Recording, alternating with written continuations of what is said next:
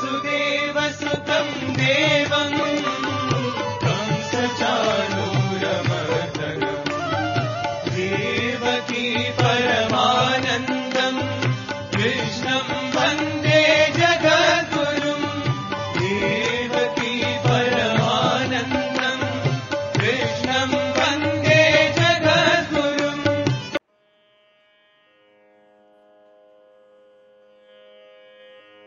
శ్రీ గురుభ్యో నమః. వ్యాస విరచిత శ్రీమద్భాగవతంలో దశమ స్కందంలో నేడు మనం 40వ అధ్యాయం చెప్పుకుంటున్నాం. ఇందులో అక్రూరుడు చేసినటువంటి శ్రీకృష్ణ స్తోత్రాన్ని వివరించారు వ్యాసుల వారు.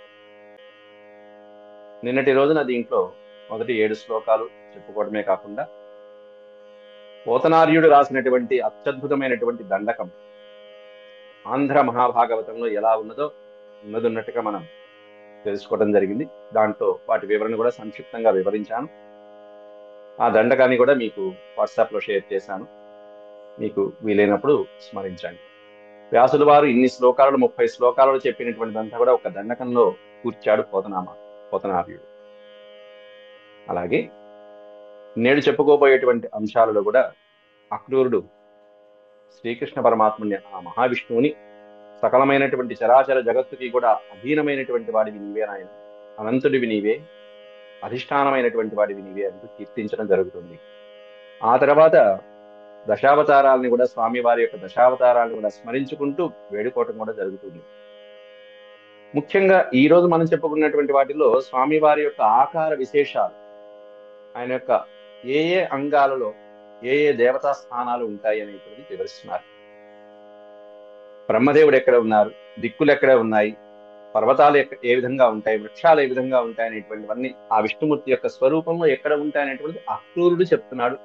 ఆ స్వరూపంలో ఆయనకి అనుభవించినటువంటి ఆ అనుభూతిని ముందుగా భగవత్స్మరణ చేసుకుని ప్రారంభించుకున్నాం.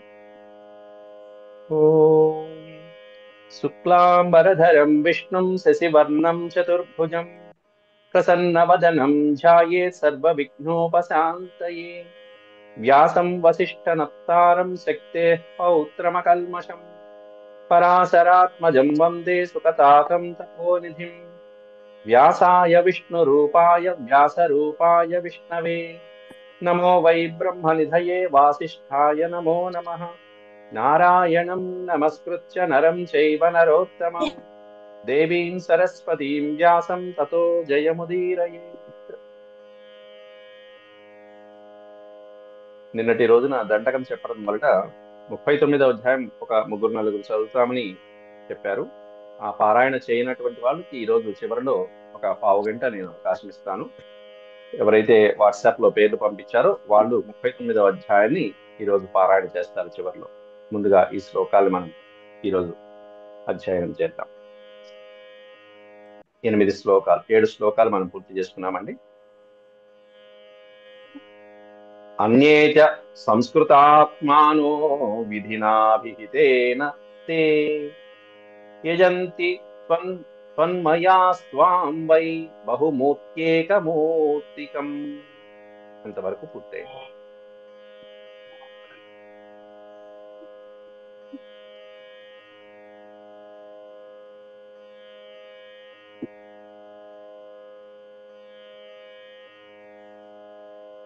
ఆ తర్వాత 8వ శ్లోకానికి వచ్చేటప్పటికీ స్వామివారిని అత్యద్భుతమైనటువంటి కీర్తనతో ప్రారంభిస్తున్నాడు. మళ్ళీ దాంట్లో స్వామేవాన్యే శివోక్తేన మార్గేణ శివరూపిణం బహ్వాచార్య విభేదేన భగవన్ సముపాసతే.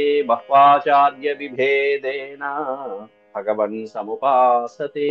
స్వామేవ అన్యే శివ ఉక్తేన మార్గేణ శివరూపిణం.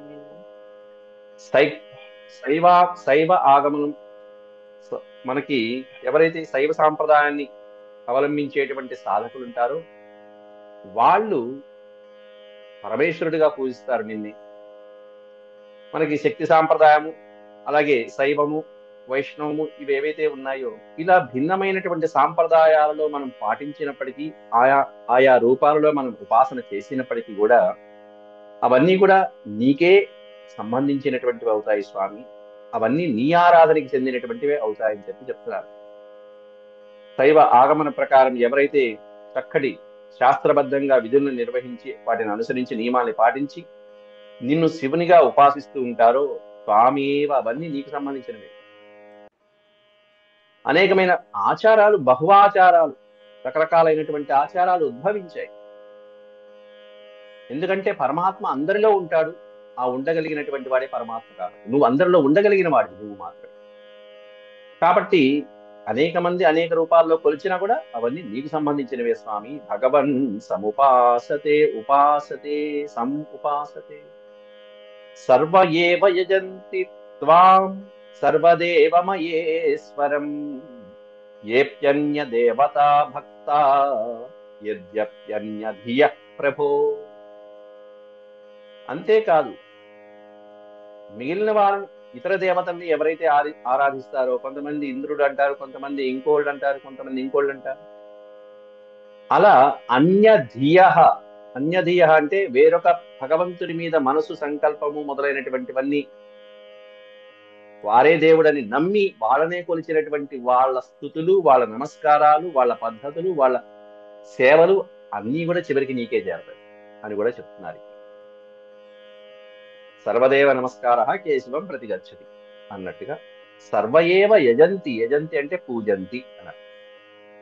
ఎవరైతే అనేక రకాలుగా అనేక మందిని పూజిస్తూ ఉంటారో త్వాం సర్వదేవ మహేశ్వరం, సమస్తమైనటువంటి దేవతలలో ఉన్నటువంటి అసలైనటువంటి స్వరూపుడివి నీవే అని తెలియక వాళ్ళందరూ రకరకాలైనటువంటి మార్గాలలో రకరకాలైనటువంటి దేవతల్ని ఉపాసన చేస్తున్నారు.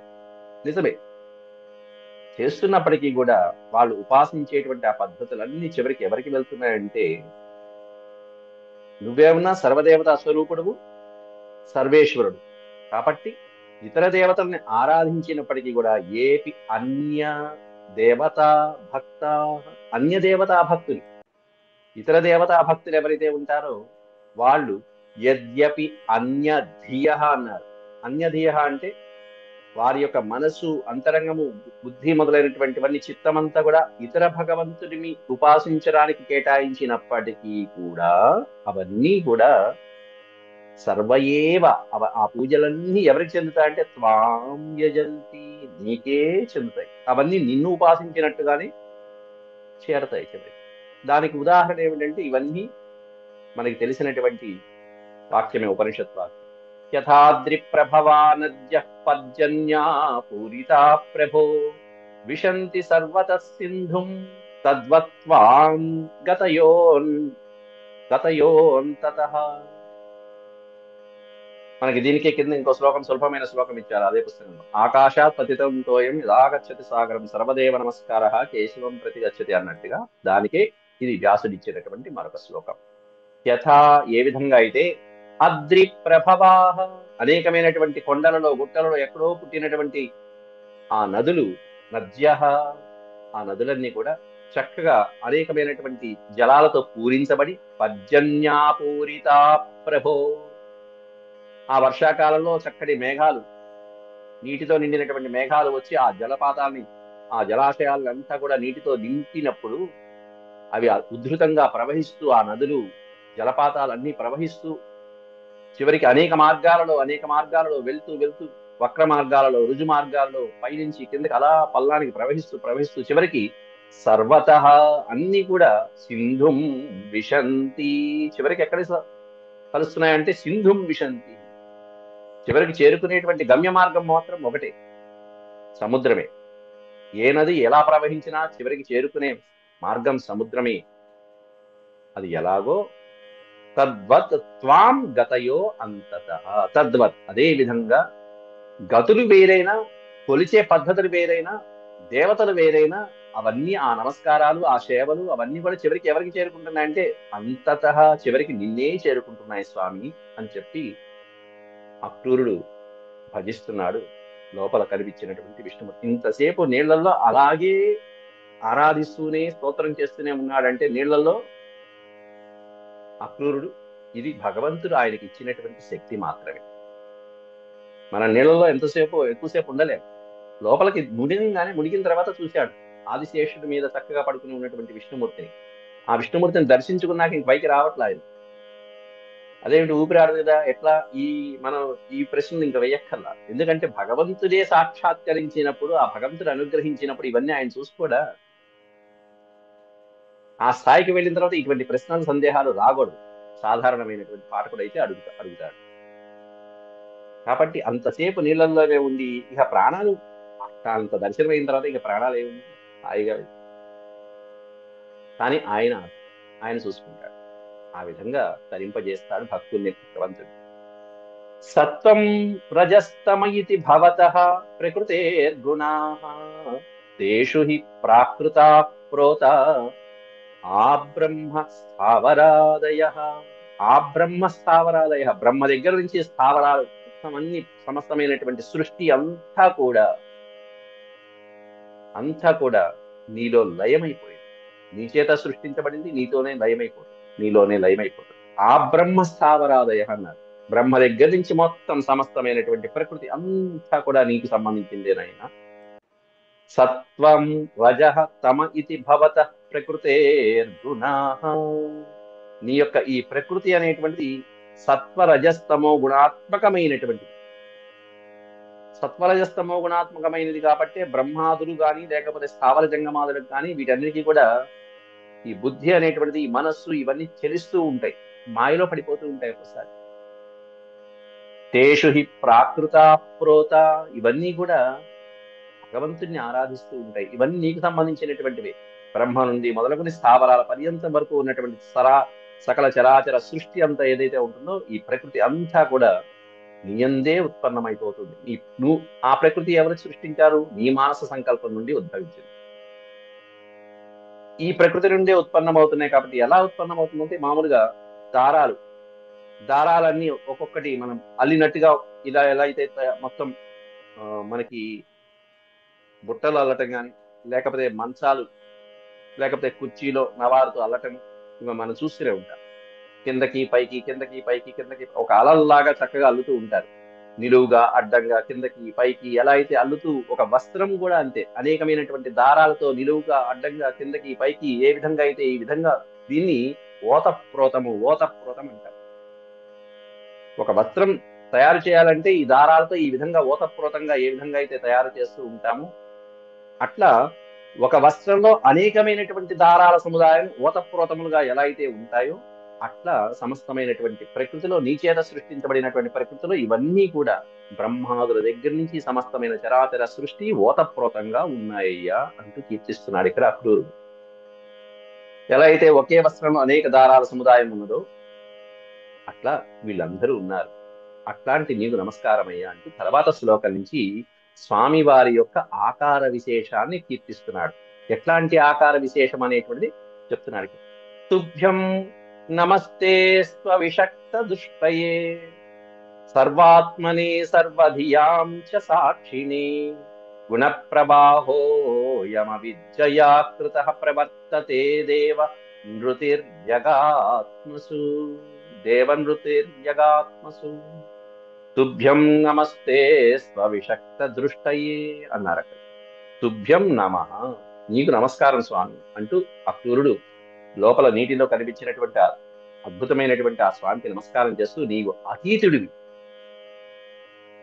అన్నిటికీ అతీతమైనటువంటి స్వామిని కీర్తిస్తున్నాడు ఇక్కడ.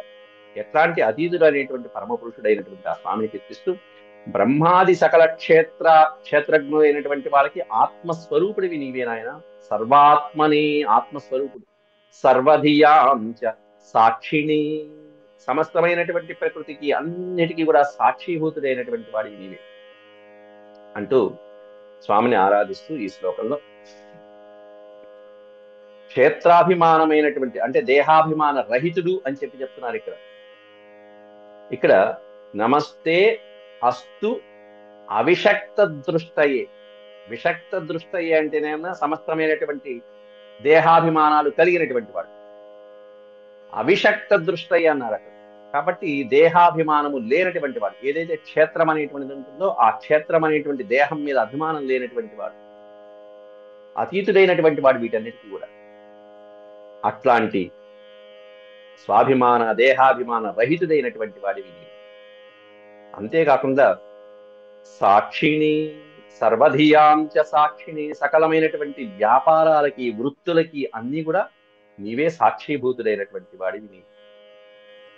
అంతేకాకుండా గుణ ప్రవాహంతో ఉండేటువంటి సృష్టి అనేటువంటిది ఇదంతా కూడా అజ్ఞాన మూలకమైనటువంటి, ఇదంతా గుణ ప్రవాహం, సత్వరజస్తమో గుణాలతో కూడుకున్నటువంటి సృష్టి అంతా కూడా ఎట్లాంటిదంటే ఇది అజ్ఞాన జనితమైనది, అవిద్య, ఒక రకంగా పరావిద్య కాదు. గుణ ప్రవాహోయం అవిద్యయా కృత. ఈ అవిద్యత చేత సృష్టించబడినటువంటి గుణ ప్రవాహం అంతా కూడా త్వయాకృత, నీ చేత సృష్టించబడిందే, నీ సంకల్ప బలంతో వచ్చినదే. గుణ ప్రవాహం, సత్వరజస్తమో గుణాలు అనేటువంటి ప్రవాహం వలన జీవులు రకరకాలుగా ఉత్పన్నమవుతూ ఉంటారు. అవిద్య వలన, అజ్ఞానము వలన వాళ్ళు రకరకాలుగా వాళ్ళ వాళ్ళ కర్మ ఫలితాలు అనుభవిస్తూ ఉంటారు. ప్రవర్తతే దేవనృతిర్ యగాత్మసు, దేవనృతిర్ యగాత్మసు. అట్లా పశుపక్షాదులందు వీటన్నిటి యందు కూడా నీ యొక్క గుణాలు, ఈ త్రిగుణాలు అనేటువంటివి వ్యాప్తమైనప్పటికీ కూడా, అన్ని రకాలైనటువంటి సంకల్పాలు నీ నుండి ఉద్భవించినప్పటికీ కూడా, అయినప్పటికీ కూడా న ప్రవర్తతే, మనమేమన్నా వాటి యందు ప్రవర్తిస్తాం, లీనమైపోతాం సంసారంలో. కానీ భగవంతుడు మాత్రం దేవ నృతిర్ జగాత్మసు, వీటన్నిటికీ కూడా అతీతుడిగా ఉంటావు, అతీతమైనటువంటి స్వామి. అంటే వీటన్నిటికీ భిన్నమైనటువంటి వాడి, దాటినటువంటి వాడివి. ఈ త్రిగుణాలు గాని, కామక్రోధాదులు గాని, అహంకారాదులు గాని, మనస్సు గాని, ఇవేమీ నీకు అంటవు. ఇంకా వాటన్నిటిని అతీతుడైనటువంటి స్వామి అంటూ, అట్లాంటి విష్ణుమూర్తికి ముఖమేమిటి, జానువులేమిటి, కంఠమేమిటి, హృదయమేమిటి, బాహువులేమిటి అనేటువంటిది ఆయన చూసినట్టుగా వర్ణిస్తున్నాడు అక్కడ క్రూరుడు. అగ్నిర్ముఖం తేవ నిరంఘ్రిరీక్షణం, సూర్యో నభో నాభిరథో దిశ శృతి, జౌహ్కం సురేంద్రాస్తవ బాహవోర్నవాః, కుక్షిర్మరుత్ ప్రాణబలం ప్రకల్పితం. మనం నిత్యము పూజ చేసేటప్పుడు అది సాలగ్రామం అవ్వచ్చు, లేకపోతే ఒక దేవత ప్రతిమ అవ్వచ్చు, పటం అవ్వచ్చు, చూస్తున్నప్పుడు మనకు ఒక రూపం కనిపిస్తూ ఉంటుంది. అక్కడ శివుడుగాను, విష్ణువుగాను, ఇంద్రుడిగాను, చంద్రుడిగాను, లేకపోతే కృష్ణుడిగాను కనిపిస్తూ ఉంటుంది. కానీ అక్రూరుడు చూసినటువంటి దేవతా స్వరూపం ఎట్లా ఉందంటే అగ్నిర్ముఖం, ఆయన యొక్క ముఖం అగ్నిలా ప్రకాశిస్తూ ఉంది కదా, అంత తేజస్సుతో ఉంది. అగ్నిదేవుడు నీ యొక్క ముఖస్థానం. తే అవనీరంఘ్రి తీక్షణం, తే అవనిరంఘ్రి, అంఘ్రి అనే పదం ఉంది చూసారా, అంఘ్రి అంటే పాదపద్మాలు. నీ యొక్క పాదపద్మాలు ఏవైతే ఉంటాయో ఆ పాదపద్మాలు పృథివీ, అవని అనే పదం అన్నా పృథివీ అన్న పదం ఒకటే. అవని అంటే భూమి, ఈ భూమే నీ యొక్క పాదపద్మాలు, అగ్నిదేవుడు నీ యొక్క ముఖస్థానం అని వర్ణిస్తూ ఒక్కొక్కటి చెప్పుకుంటూ వస్తున్నాడు. అట్లాగే ఈ క్షణం సూర్యో, సూర్యో ఈ క్షణం, సూర్య చంద్రులు ఎవరైతే ఉంటారో ఆ సూర్య చంద్రుడు నీ యొక్క ఈ క్షణం నేత్రముల్లో నివాసం. సూర్యచంద్రులు ఇద్దరు నేత్రాలలో ఉంటారు. నభః నాభి, నాభి అంటే మధ్యప్రదేశం, ఆ ఉదరమునందున్నటువంటి నాభి ప్రదేశం ఏదైతే ఉంటుందో అది నభః, ఆకాశం. మొత్తం సమస్తమైనటువంటి ఆకాశము స్వామి యొక్క నాభి ప్రదేశం కాదు, అది ఆకాశం. పైకి కనిపిస్తున్నది ఆకాశంలో ఉందే కాదు, స్వామి యొక్క నాభి ప్రదేశం, మధ్యప్రదేశం. అంటే ఇంకా స్వామి ఊర్ధ్వలోకాల్లో ఎంత ఉన్నాడు. ఆకాశం ఎక్కడుంది? శూన్యం. ఆ శూన్య ప్రదేశమే ఆకాశమే నాభి ప్రదేశం. అథ దిశ శృతి, శృతి అంటే కర్ణములు. స్వామివారికి యొక్క కర్ణములు ఏమిటి అంటే మొత్తం సమస్తమైనటువంటి దిక్కులు ఏవైతే ఉన్నాయో ఆ దిక్కులు స్వామివారికి కర్ణములుగా. అంతేకాకుండా జౌహుకం సురేంద్రాస్తవ బాహో బాహవోర్నవాః, జౌహు, జౌహు స్వర్గలోకం, పైన పైన ఉండేటువంటి స్వర్గం ఏదైతే ఉంటుందో అది నీ యొక్క శిరోభాగం. అంతేకాకుండా సురేంద్రాస్తవ బాహవః, ఇంద్రాది దేవతలు ఎవరైతే ఉంటారో వాళ్ళందరూ కూడా తవ బాహవః, నీ యొక్క బాహుస్వరూపం. ఇప్పుడు ఏదైతే చెప్తున్నామో బాహువుల దగ్గర ఇంద్రుడు ఉంటారు, బ్రహ్మదేవుడు ఎక్కడ ఉంటారు అనేటువంటివన్నీ కూడా చెప్తూ ఉంటారు. అగ్నిర్ముఖం, ఇవన్నీ కూడా మనం మహారుద్రాభిషేకం చేసినప్పుడు మహాన్యాసం చేసినప్పుడు దాంట్లో లఘున్యాసం అని వస్తుంది. ఆ లఘున్యాసంలో ఇవన్నీ వస్తాయి. ప్రజలనే బ్రహ్మాతిష్టతు, జననాంగాల్లో బ్రహ్మదేవుడు ఉంటాడట. జననస్థానం ప్రజలనే బ్రహ్మాతిష్టతు, పాదయోర్ విష్ణుస్తిష్టతు, హస్తయోర్ హరస్తిష్టతు, బాహ్వోర్ ఇంద్రస్తిష్టతు అని వస్తుంది. ఆ బాహువుల యొక్క స్థానంలో ఇంద్రుడు ఉంటాడు. కాబట్టి మనం పూజ చేసేటప్పుడు కూడా పూజ చేయటానికి తగినటువంటి అర్హత పొంది అప్పుడు పూజ చేయాలి. దాన్ని లఘున్యాసము మహాన్యాసం అంటారు. మనం ఎదురుకుండా ఒక స్వామిని పూజించాలి, ఆరాధించాలి, షోడశోపచారాలు చేయాలంటే ముందు ఈ దేహం పవిత్రం అవ్వాలి, ఈ దేహంలో భగవంతుని స్థాపన చేయాలి. అంటే ఇదిగో ఇక్కడ ఆయా రూపాలలో ఏ ఏ స్థానాలలో ఏ భగవంతునైతే అక్రూరుడు వర్ణిస్తున్నాడో ఆ స్థానాలలో ఆ భగవంతుణ్ణి మీరు ఊహించుకోవాలి. కనీసం లఘున్యాసం చదవకపోయినా మహాన్యాసం చదవకపోయినా ఇలా ఊహించుకోవాలి. ఆయా ప్రాంతాలలో ఆయా దేవతలు ఉపాసన స్థిరమై అందరూ వచ్చి కూర్చున్నాక అప్పుడు నా దేహం పవిత్రమైంది స్వామి, అప్పుడు నేను పూజకు అర్హున్నయ్యాను, ఇప్పుడు నిన్ను ఆరాధిస్తున్నానని చెప్పి ప్రారంభించాలి. ఇది పూజా పద్ధతి అంటే. సురేంద్రాస్తవ బాహవో అర్ణవాహ కుక్షి అన్నారు అక్కడ. కాబట్టి ఇంద్రాదులు ఎక్కడ ఉన్నారంటే నీ బాహువుల దగ్గర ఉన్నారయ్యా ఇంద్రాది దేవతలందరూ. అలాగే అర్ణవాహ సమస్తమైనటువంటి సముద్రాలు ఏవైతే ఉంటాయో ఆ సముద్రాలన్నీ కూడా కుక్షి, నీ యొక్క ఉదర భాగం. మొత్తం సమస్తమైనటువంటి సముద్రాలు అన్నీ కూడా ఆయన యొక్క ఉదర భాగంలో ఉంటే మరుత్ ప్రాణ బలం ప్రకల్పితం. మరుత్ ప్రాణ, నీ యొక్క ప్రాణశక్తి మరుత్ వాయువు. ఓం ప్రాణాపాన వ్యానుదాన అంటూ మనం ప్రాణవాయువు ఎలా అయితే మనం తీసుకుంటూ ఉంటామో అలాగే కూర్చున్నప్పుడు కూడా మనం ప్రాణాయామం చేస్తూ ఉంటాం. అట్లా వాయువు అనేటువంటిది నీ ప్రాణశక్తి అయితే ఈ విధంగా ప్రకల్పితం, కల్పించబడినటువంటి నీ యొక్క రూపాన్ని, ఆ రూపానికి నమస్కారం స్వామి అంటూ తర్వాత మళ్ళీ కంటిన్యూషన్ చేస్తున్నాడు. రోమాని వృక్షౌషధయ శిరోరుహా మేఘా పరస్యాస్తి నఖాని తేద్రయ నిమేషణం రాత్ర్యహని ప్రజాపతిర్మేఢ్రస్తు వృష్టిస్తవ వీర్యమిష్యతే అని వర్ణిస్తున్నారు. రోమాని, స్వామి యొక్క రోమాలు, శరీరం మీద ఉండేటువంటి రోమాలన్నీ కూడా మనకి బయట కనిపించేటువంటి అనేక వృక్షాలు ఔషధాలు ఏవైతే ఉన్నాయో అవన్నీ కూడా స్వామి యొక్క రోమాలు. ఈ విధంగా అక్రూరుడు ఆ స్వామిని గాంచాడంటే అక్రూరుడి జన్మ ఎంత ధన్యమైపోయింది. రోమాని వృక్ష ఔషధయ శిరోరుహ అని వర్ణిస్తున్నాడు. సమస్తమైనటువంటి వృక్షాలు మరియు ఔషధాలన్నీ నీకు రోమాలతో సమానం. అలాగే మేఘాలు నీ యొక్క శిరోజములు. శిరోరుహ మేఘా అన్నాడు ఆ శ్లోకంలో. శిరస్సు మీద ఉండేటువంటి శిరోజాలన్నీ కూడా ఏమిటాయా అంటే మేఘాలు, స్వామి యొక్క మేఘాలు. ఆ నీల చక్కగా అటువంటి శ్రీకృష్ణ బాలకృష్ణుని యొక్క శిరోజాలు గోపికలు ఎన్ని సార్లు వర్ణించారు, ఎంత అందంగా. అవన్నీ మేఘాలు. అంతేకాకుండా స్వామివారి యొక్క ఎముకలు గాని గోళ్ళు గాని నఖములు పర్యస్యాస్తి నఖానితే అద్రయ. అద్రి అంటే పర్వతం. బయట కనిపించేటువంటి సమస్తమైనటువంటి పర్వతాలు, గుట్టలు, ఏవైతే కొండలు ఉన్నాయో అద్రి అద్రయ పర్వతాలన్నీ కూడా స్వామివారి యొక్క శరీరంలో ఉండేటువంటి అనేకమైనటువంటి అస్థి. అస్థి అంటే ఎముకలు, ఎముకలు గాని నఖములు, గోళ్ళు ఎత్తుగా స్వామికి ఏదైతే ఉంటాయో అవన్నీ పర్వతాలు. పర్వతాలు, ఎముకలు మొదలైనటువంటిగా వర్ణించారు.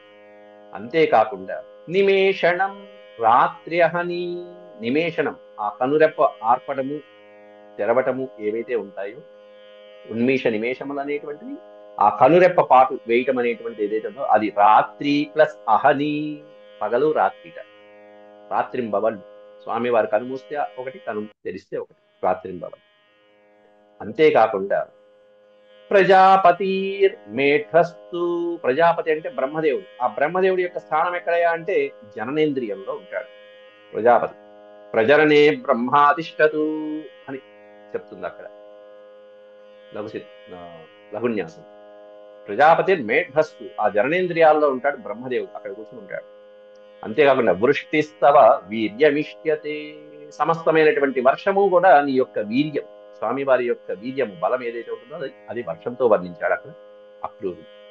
ఈ విధంగా స్వామివారి యొక్క అత్యద్భుతమైనటువంటి రూప సౌందర్యాన్ని వర్ణిస్తూ, నీలో సమస్తమైనటువంటి లోకాలు ఉన్నాయ్యా, ఆ లోకాలలో ఉన్నటువంటి ప్రజలందరూ నిన్నే ఉపాసిస్తున్నారంటూ 15 శ్లోకం దగ్గర నుంచి ఇక అక్కడి నుంచి దశావతారాల వర్ణన ఉంటుంది. 15-16 శ్లోకాల దగ్గర నుంచి ప్రారంభమై ఇంతవరకు స్వామివారి యొక్క రూపాన్ని 2 శ్లోకాల్లో ఏ భాగంలో ఎవరు ఉంటారు, ఎలా ఉపాసించాలనేటువంటి ఉపాసనా పద్ధతిని వివరించారు. ఇక ఈ రోజు ఇంతటితో ఆపుతున్నాను. ఎందుకంటే ఇంకా 2-3 మనకి పేర్లు ఇచ్చారు. 39వ అధ్యాయం చదువుతామని పేర్లు ఇచ్చారు కాబట్టి వాళ్ళకి ఈ రోజు అవకాశం ఇస్తున్నాను. వాళ్ళది అయిపోయిన తర్వాత మిగతా వాళ్ళు ఇంకా సమయం ఉంటే మిగతా వాళ్ళు ఎవరైనా చదువుతారంటే చదవండి, తర్వాత చూద్దాం. ముందుగా పేర్లు ఇచ్చినటువంటి వాళ్ళు పేర్లు చదువుతాను. 39వ అధ్యాయం తీసుకోండి మిగతా వాళ్ళు. తల్లా లక్ష్మి గారు, అలాగే శకుంతల గారు, రత్నం గారు, వీళ్ళ ముగ్గురు పేర్లు ఇచ్చారు కాబట్టి 39వ అధ్యాయం ఒకసారి ప్రయత్నించండి. మొన్న అభ్యాసం అయిపోయింది, వీళ్ళ ముగ్గురికి అవకాశం సమయం అయిపోయింది ఆ రోజు. ఇక్కడ ఈ రోజు వాళ్ళు మీటింగ్ లో ఉంటే చదవండి.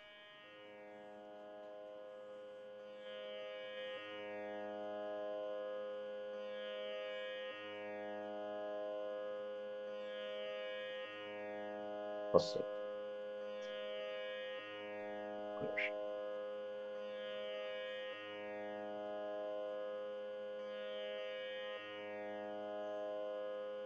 హరి ఓం. ఇప్పుడు మీరు అన్మ్యూట్ చేసుకోవచ్చు. Okay okay sir. నమస్తే గురుగారు. బలరామకృష్ణులు అక్రూరినితో కూడి మధురకు బయలుదేరట.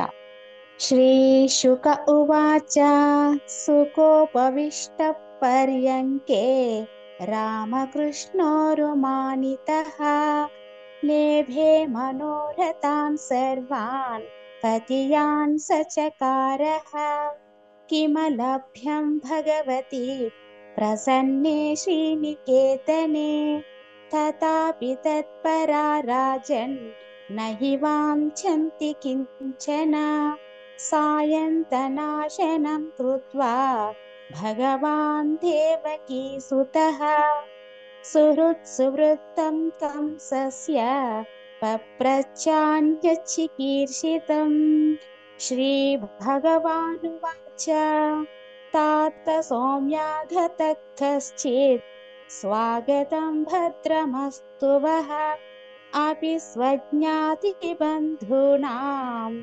అనమీనమనామయం కిన్ను న కుశలం పృచ్ఛే ఏధమానే కులామయే కంసే మాతులనాన్యంగ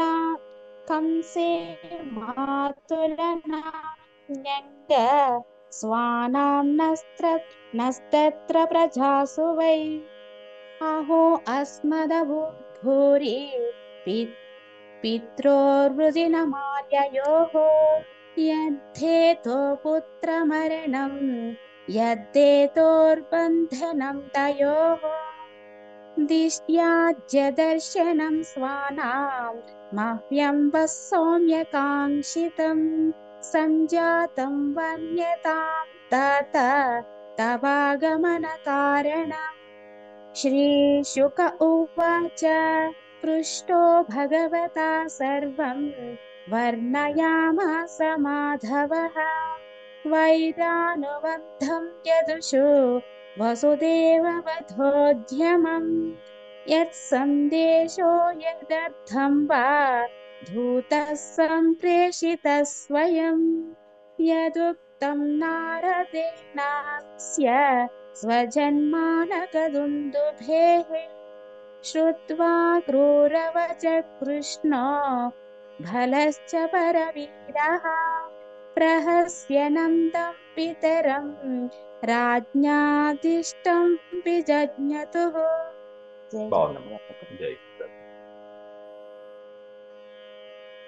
లక్ష్మి గారు, శకుంతల గారు, రత్నం గారు ఉంటే చదవండి. జై గురుదత్త. ఎవరండి? గో శకుంతల చదవండి.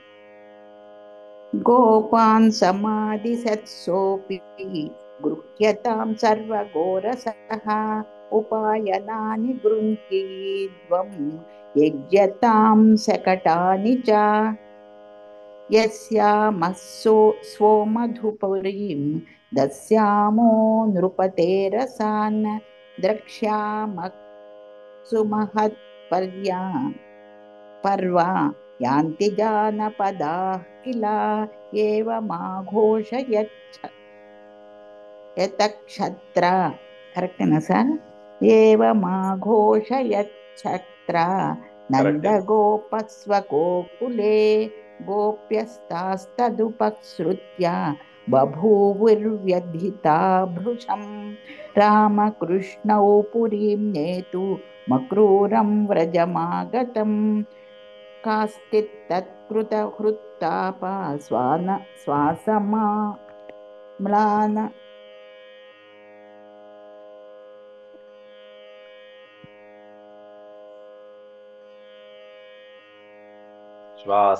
श्वासम्लानमुखश्रियः काश्चित्तत्कृतहृत्तापा श्वासम्लानमुखस्त्रियः संसद्दुकूलवलया केशग्रन्थ्यश्च काश्चन अन्याश्च तदनुध्याना निवृत्ताशेषवृत्तयः नाभ्यजानन्निमं लोकमात्मलोकं गता इव स्मरन्त्यश्चापराः శౌరే రనురాగస్మితేరితాః ఇక్కడేదో సరిగ్గా రాలేదు స్మరంత్యశ్చాపరా శౌరేః అనురాగస్మితేరితాః హృది సృశశ్చిత్రపదా గిరః సమ్ముముః స్త్రియః గతిం సులలితాం చేష్టాం స్నిగ్ధహాసావలోకనం శోకాపహాని నర్మాణి ప్రోద్ధామచరితాని చ చింతయంత్యో ముకుందస్య భేతా విరహ కాతరాః సమేతాః సంఘర్షః ప్రోచురశ్రుముఖ్యోచ్యుతాశయాః.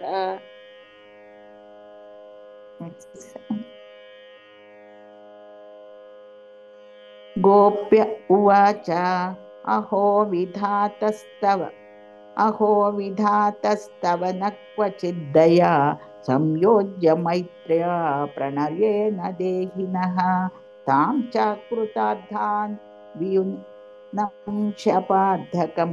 विक्रीडितं चेच्चकचेष्टितं यथा विक्रीडितं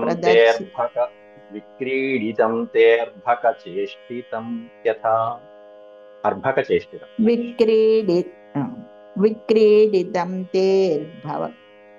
विक्रीडितं तेऽर्भकचेष्टितं यथा अंते यस्तं प्रदर्श्यासितकुन्तलावृतं मुकुन्दवक्त्रं सुखपोलमुन्नसं शोकापनोदस्मितले